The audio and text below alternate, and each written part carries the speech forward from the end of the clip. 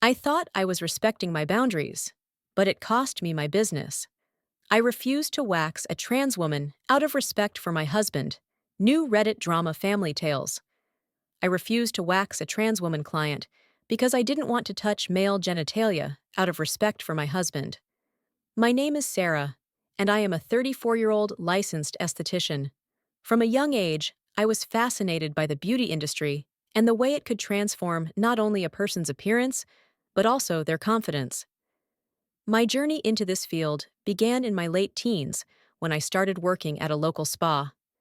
It was there that I discovered my passion for skincare and waxing, which eventually led me to pursue formal training and certification as an esthetician. Over the years, I honed my skills and built a reputation for being meticulous, compassionate, and dedicated to my clients' well-being. After gaining significant experience and saving up enough money, I decided to take the plunge and open my own small waxing salon. It was a dream come true, and I poured my heart and soul into creating a space that felt welcoming and safe for everyone who walked through the door. I named it Glow and Smooth, and it quickly became known for its serene atmosphere and exceptional service. My goal was always to ensure that my clients felt comfortable and cared for, no matter their background or needs. Glow and Smooth is more than just a business to me. It's a reflection of my commitment to providing a sanctuary where people can come to feel rejuvenated and confident in their skin. I meticulously designed the salon to have a calming ambiance, with soft lighting, soothing music, and a clean, inviting decor. Every detail, from the choice of high-quality products to the personalized service, was thoughtfully curated to enhance the client experience.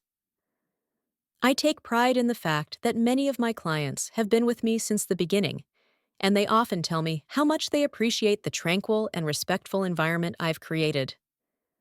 Running my own small waxing salon, Glow and Smooth, involves more than just performing services. It also requires meticulous organization and preparation for each client. My booking process is straightforward yet thorough, designed to ensure that every client receives the highest level of care and attention.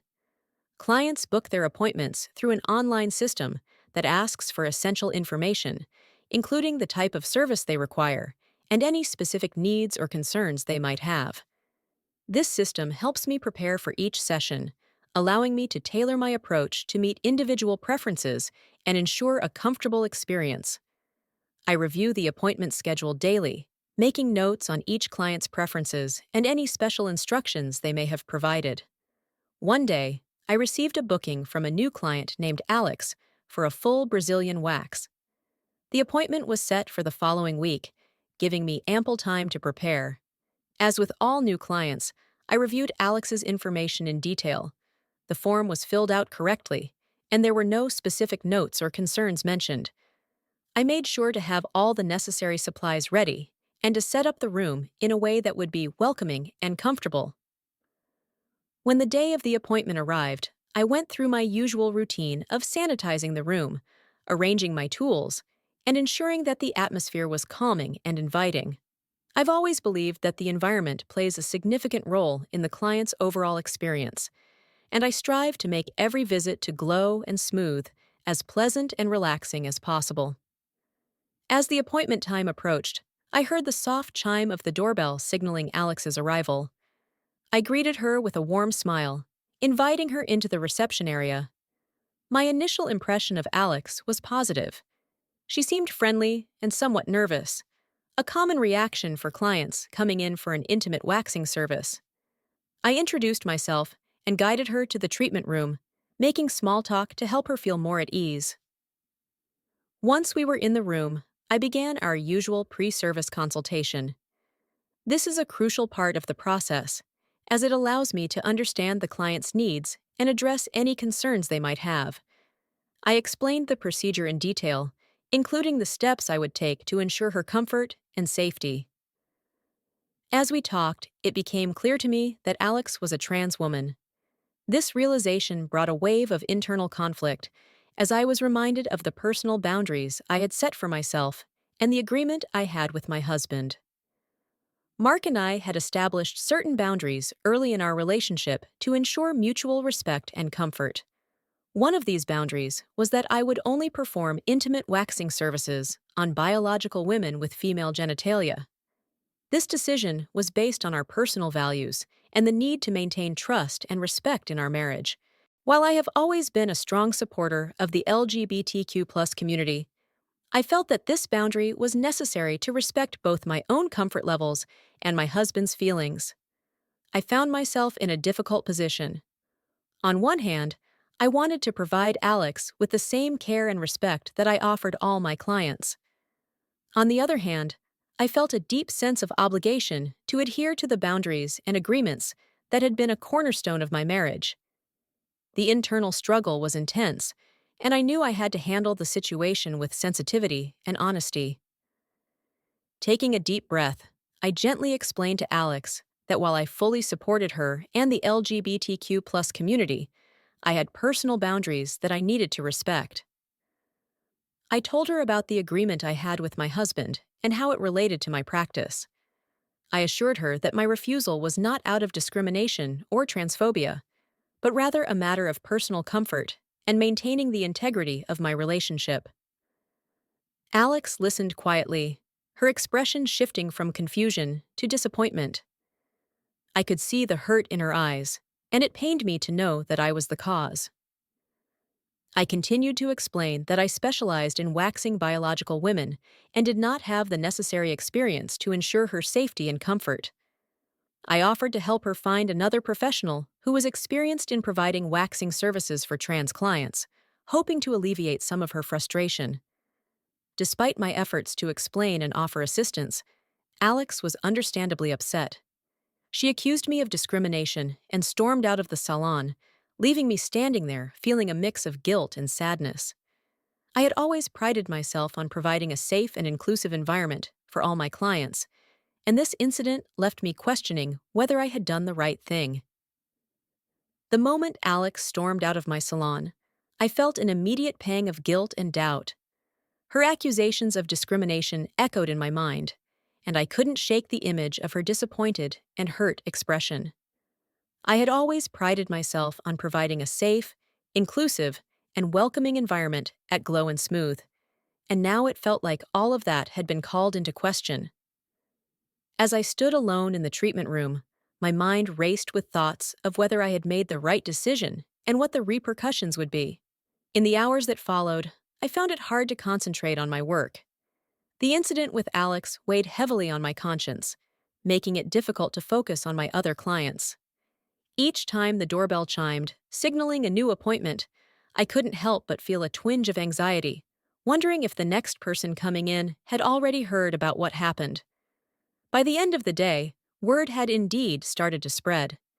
In the age of social media and instant communication, it didn't take long for news of the incident to reach the wider community. I began receiving messages and comments online, some supportive and understanding, others harsh and critical. It was overwhelming, and I felt a mix of emotions: defensiveness, regret, and a desire to explain my side of the story. The feedback was mixed, to say the least. Some people reached out to express their support, emphasizing the importance of personal boundaries and understanding the context of my decision. They appreciated my honesty and the fact that I had tried to handle the situation with as much sensitivity as possible. These messages provided some comfort and reassurance during a very turbulent time. On the other hand, there were many who were not so forgiving. I received several harsh messages accusing me of being transphobic and discriminatory. Some people vowed never to visit my salon again, while others went as far as leaving negative reviews online. It was disheartening to see my business, which I had worked so hard to build, being attacked in such a public way. I felt a deep sense of failure, as if I had let down not only Alex, but the entire community I had always aimed to support. A few clients canceled their upcoming appointments, citing the incident as their reason. It was painful to see loyal customers turn away, and it made me question my actions even more. I started to worry about the long-term impact this would have on my business and whether I would be able to recover from this blow. Despite the support, The negative feedback continued to weigh heavily on me. I found myself replaying the incident in my mind, questioning every decision, and wondering if there was a better way I could have handled it.